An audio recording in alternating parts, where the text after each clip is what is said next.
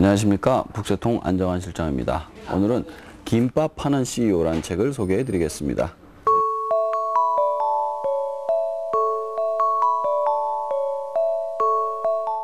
우선 그 저자 김승호 씨에 대해서 잠깐 소개를 해드리면요. 이 사람은 1980년대 중반에 미국으로 이민을 갔습니다. 거기서 사업을 하다가 실패를 많이 하고 결국 JFE라는 그런 김밥 회사를 나중에 인수하게 되죠. 그때 당시 4억 원이었는데 그것을 자본금이 거의 없는 상태에서 인수를 합니다. 그리고 더 나아가서 그 회사를 현재 600억 원대 회사로 키우게 되고요. 한 해 매출이 현재 130억인 거대한 기업을 이루게 됩니다. 이제 오늘 이 사람의 이야기를 들려드리도록 하겠습니다. 대부분의 이민 한인들이 하는 게 슈퍼죠.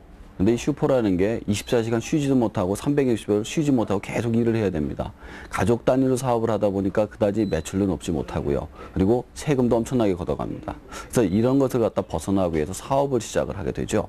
이 첫 번째 사업을 시작했던 것이 바로 컴퓨터 판매업이었습니다. 그런데 기술도 부족하고 자본도 부족해가지고 이내 망해버리고 맙니다. 그리고 나서 두 번째로 도전한 것이 선물과 옵션이었습니다. 하지만 이것도 자본력이 딸려가지고 금방 망해버리고 말죠. 세 번째로 추진했던 것이 바로 유기농 식품회사를 갖다가 추진했던 겁니다. 근데 이 유기농 식품회사도 9.11 테러 여파로 인해가지고 매출이 급감하게 됩니다. 그래서 억지로 어떻게 좀 테러의 효과가 꺼질 때까지 참아봤는데 그 다음에는 매장 앞에 8차선 도로 확장 공사를 하는 6개월 동안 하는 바람에 그냥 그 사업도 망해버리고 말죠. 그럼에도 불구하고 김승호 씨는 여기서 포기하지 않고 다른 사업을 계속 구상하게 됩니다. 김승호 씨 같은 경우는 굉장히 특이한 케이스인데요. 자신은 한 번도 남의 밑에서 일해본 적도 없고 남의 밑에서 일할 생각도 해본 적이 없다고 합니다. 언제든지 자신이 사장이 돼가지고 사업을 할 생각만 했었다고 그러죠. 자, 그런데 이 김승호 씨가 그러니까 결국 또 다른 사업을 찾게 되는데요. 마트를 돌아보게 됐습니다. 근데 그 마트 안에서 좁은 매장 안에서 김밥을 파는 것을 보게 되었죠. 그 조그만 매장 안에서 높은 수익을 낼 수 있는 것은 김밥밖에 없는데 아이디어의 부재로 인해 가지고 판매가 저조하다고 생각을 했던 겁니다. 그래서 자신이 조금 더 아이디어를 제출한다면은 높은 매출을 낼 수 있다고 생각을 하고 그 당시 미국의 최고 식품 체인인 크로거에게 자신의 아이디어를 계속 보내게 됩니다. 이 10여 개월 동안 컨택한 결과 그 크로거에서는 매장의 한 군데다가 내주기로 얘기를 하죠. 그래서 매장 한 군데를 내서 김밥을 말아서 팔았는데 첫날 매출 실적이 2개 팔고 34개를 버렸어요. 이렇게 가다가 망한다는 생각을 하고 도대체 문제점이 무엇인가를 판단을 했습니다. 그것은 다른 사람들처럼 그냥 냉동해온 김밥을 판다라는 생각을 갖다 사람들이 갖고 있었기 때문이죠. 그래서 거기서 바로 김밥을 말아서 시식을 시키는 시식쇼를 실시했습니다. 사람들한테 이건 굉장히 인기를 얻게 되죠. 그래서 단숨에 매장 내 최고 베스트셀러가 됩니다. 그래서 김승호 씨는 여기서 생각을 확장합니다. 이런 식으로 매장을 늘리니 기존에 있던 김밥 체인을 갖다 내가 인수하면 되지 않겠냐. 그래서 JFE라고 불리는 김밥 체인을 찾아갑니다. 김밥 체인을 찾아가서 이렇게 말을 하죠. 내가 너희 회사를 인수하겠다. 근데 내가 당장 돈이 없으니까 너희 회사를 갖다가 할부로 인수하겠다. 말도 안 되는 소리죠. 4억 원짜리 회사를 갖다가 할부로 인수를 하겠다니. 그것도 1년 안에 자기 판매금으로 다 갚겠다고 이야기를 합니다. 그래서 그러면 네가 무슨 수로 그만큼 매출을 올리겠냐 이렇게 물어보니까 그럼 나한테 매장 하나만 내줘봐라. 내가 매출을 갖다가 200% 300%를 올려주마. 그리고 실제적으로 그 매장을 하나를 받아서 그렇게 시식쇼를 해가지고 200% 300% 올려줍니다. 그 다음에 계약서에 도장을 찍게 되죠.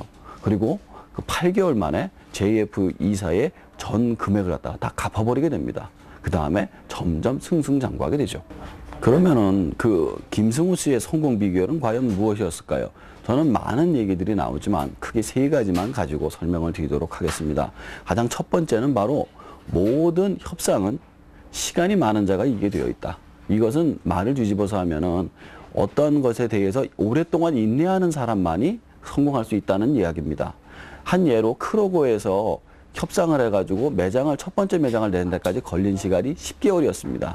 쉽지가 않았겠죠. 그 사이에서 집에서 돈을 버는 것도 아니고 그렇지만 시간을 갖고 기다린 사람만이 그것을 성공했다는 이야기입니다. 두 번째, 내가 이룬 모든 것은 상상으로부터 시작되었다.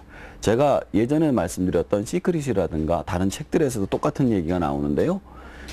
김승호 씨 같은 경우에는 어떤 일을 이루기 위해서는 100일 동안 100번의 주문을 갖다 매일같이 외웠다고 합니다. 한 예로 지금 살고 있는 와이프하고 결혼하기 위해서 그 단체 사진 찍은 데서 그 여자 사진만 오려서 자신의 지갑에 넣고 언젠가 난 이 여자와 결혼할 것이다 100일 동안 100번을 외쳤더니 그 여자랑 결혼을 했다고 그래요.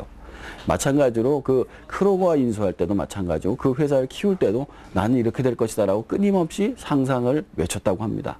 그 결과 이렇게 성공을 할 수 있다고 스스로 이야기를 하고 있죠.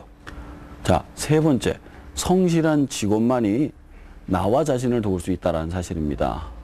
김성호 씨 자신은 별로 영어를 잘 못했어요.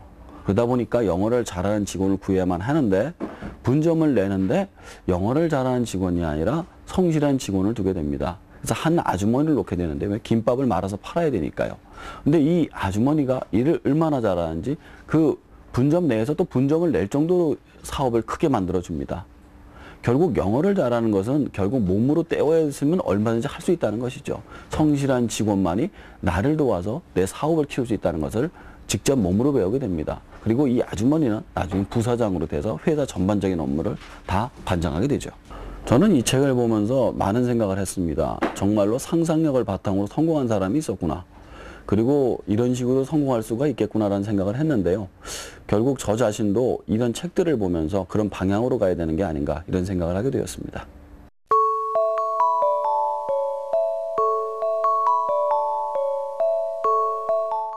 오늘의 추천 도서는 현영의 재테크 다이어리가 되겠습니다. 현영이 재테크로 유명한 것은 다들 아시지만 어떤 식으로 재테크를 하는지 정확하게들 모르시죠. 하지만 현영이 자신의 무명 시절서부터 현재까지 재테크와 자신의 이야기를 담은 책을 내게 되었습니다.